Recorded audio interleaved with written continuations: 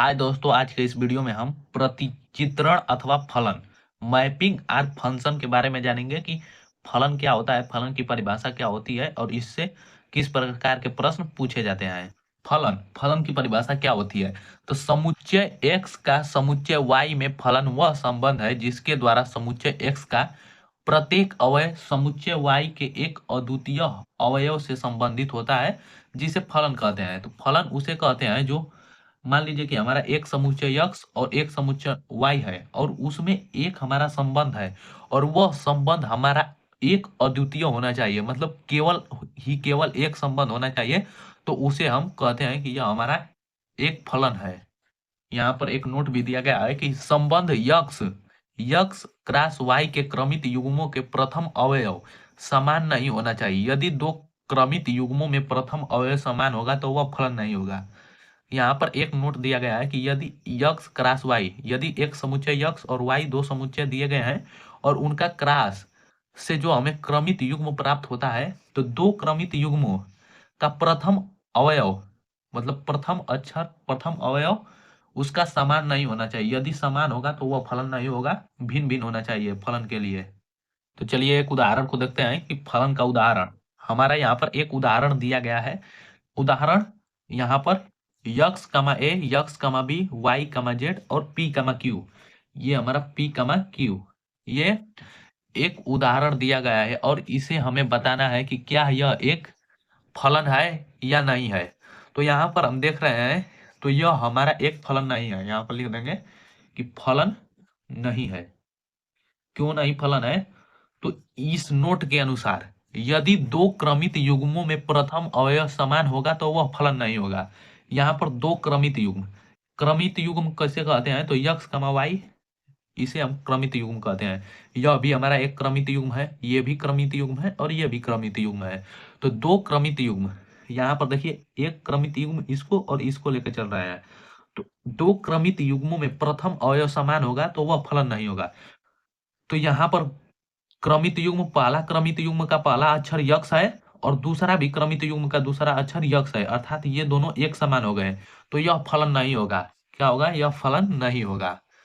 यदि इस प्रकार यहाँ पर हमारा दिया होता कि यक्स कमा ए और यहाँ पर बी कमा यक्स दे दिया होता और वाई कमा जेड और पी कमा क्यू, तो ये पूछा जाता कि इस प्रश्न में कि क्या यह एक फलन है, तो इसे हम कह सकते हैं कि यह फलन है। फलन है, फलन है, क्योंकि यहाँ पर क्रमित युग्म, दो क्रमित युग्म, इसमें से किसी दो क्रमित युग्म को लेंगे और उसमें इसका पहला अवयव समान नहीं होना चाहिए, दूसरा अवयव समान हो सकता है लेकिन पहला अवयव समान नहीं होना चाहिए। तो इससे मिलाएंगे तो इसमें पहला अवयव यक्स है जबकि इसमें बी हो गया। इसमें पहले वाले उदाहरण में यक्स यक्स था, इसलिए यह फलन नहीं है, जबकि यह हमारा दूसरा फलन है। फलन और संबंध में बहुत अंतर है। फलन मतलब केवल और केवल एक हल होना चाहिए, मतलब यदि यक्स है तो इसका संबंध केवल व केवल वाई से ही होना चाहिए, इसका संबंध जेड से नहीं होना चाहिए। यह हमारा तब फलन होगा, यक्स से वाई में फलन होगा। और संबंध में यह होता है कि संबंध किसी से हो सकता है, यक्स का संबंध वाई से भी हो सकता है, यक्स का संबंध वाई से भी हो सकता है और वाई का संबंध जेड से, और यक्स का संबंध भी जेड से हो सकता है, वाई से हो सकता है, यह संबंध है। लेकिन फलन में केवल और केवल एक अद्वितीय हल ही होना चाहिए। चलिए इसे फिगर के माध्यम से समझते हैं। तो जब इसे प्रतिचित्रण के रूप में देखेंगे, किसके रूप में?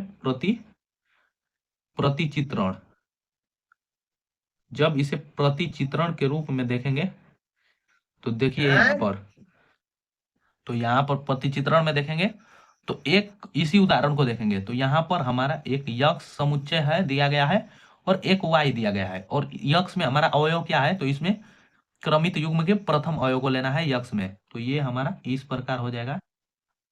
इसमें यक्स है, वाई है और जेड है, और वाई समुच्चय वाई में हमारा क्या क्या है, कौन कौन सा अवयव है? तो इसमें देख रहे हैं कि हमारा ए है, बी है, जेड है, ए है, बी है, पी है और क्यू है। ए है, बी है, यहाँ पर देखिए ए है, बी है और यहाँ पर पी है और क्यू है, तो यहाँ पर लिख लेंगे ए, बी और पी और क्यू, ये हमारे y में 4, y समुच्चय y में हमारे 4 अवयव दिए गए हैं और x में 3 अवयव हैं। तो इसका संबंध, इस उदाहरण को देख रहे हैं तो x का संबंध a से भी है और x का संबंध b से भी है। तो यहाँ पर x का संबंध a से हो गया और x का संबंध b से हो गया।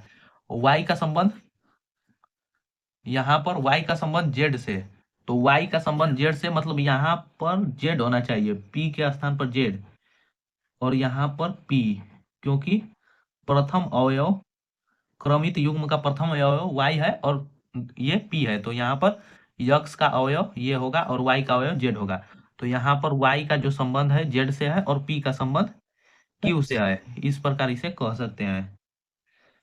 तो ये है हमारा प्रतिचित्रण के रूप में इसी प्रकार संबंध को दिखाया जाता है। तो यह एक हमारा फलन नहीं होगा, यह फलन नहीं है, इसे लिख देंगे यह फलन नहीं है। फलन क्यों नहीं है? क्योंकि यक्स का संबंध दो अवयव से है, इसका दो हल दिखाई दे रहा है, केवल और केवल एक अद्वितीय संबंध होना चाहिए, फलन नहीं है। और इसे हम फलन का ज्यामितीय रूप भी कहते हैं। चलिए एक नोट देख लेते हैं यहाँ पर, यदि किसी ज्यामिति में कोई ऊर्ध्वाधर रेखा ज्यामिति को दो बिंदुओं पर प्रतिच्छेद करेगा तो वह फलन नहीं होगा। अर्थात यहाँ पर ज्यामिति में यहाँ पर दो बिंदुओं पर प्रतिच्छेद कर रहा है, एक ए पर और बी पर ऊर्ध्वाधर रेखा, तो यह फलन नहीं होगा। तो ये था हमारा फलन का परिभाषा, उदाहरण और उसका ज्यामितीय रूप।